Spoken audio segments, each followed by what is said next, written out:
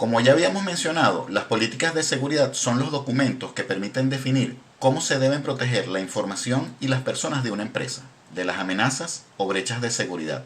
Para lo cual, estos documentos deben convertirse en guías donde se contemplen, con diferentes niveles de detalle, los elementos que deben ser gestionados. Algunos de los aspectos que como mínimo deberían tenerse en cuenta en estos documentos son la clasificación de la información y los lineamientos de seguridad relacionados con los objetivos del negocio. La clasificación de la información debe ser el punto de partida para que la empresa priorice y enfoque sus esfuerzos en la gestión de la seguridad. Aunque la clasificación depende de la naturaleza del negocio, en general debería incluir por lo menos 3 niveles.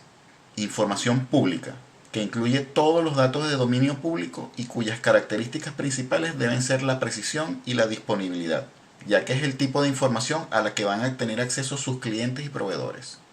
En el siguiente nivel está la información de uso interno, que comprende toda la información que se intercambia dentro de la empresa, entre los empleados, y que se convierte en la columna vertebral de las operaciones del negocio, y por lo tanto las características que le aplican son la disponibilidad y la integridad.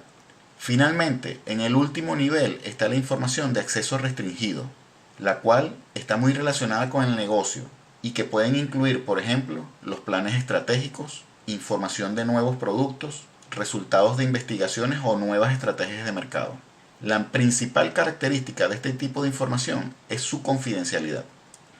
Todas las políticas que apunten a garantizar la seguridad de la información deben estar alineadas con los objetivos del negocio.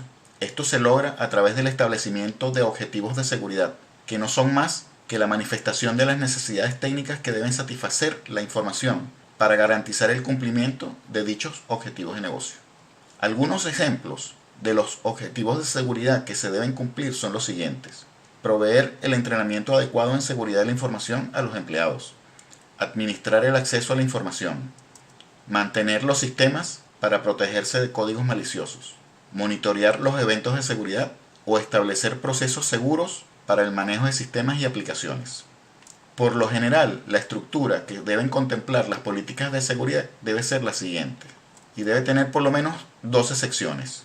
Una introducción, una sección donde se definan los términos utilizados dentro de la política para que no haya ningún tipo de duda.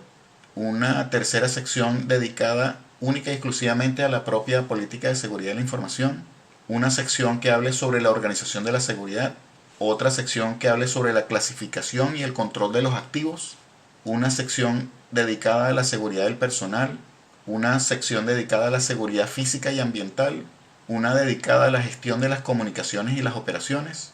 Una dedicada al control de accesos. Una dedicada al desarrollo y mantenimiento de los sistemas.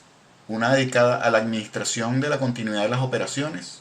Y una dedicada al cumplimiento.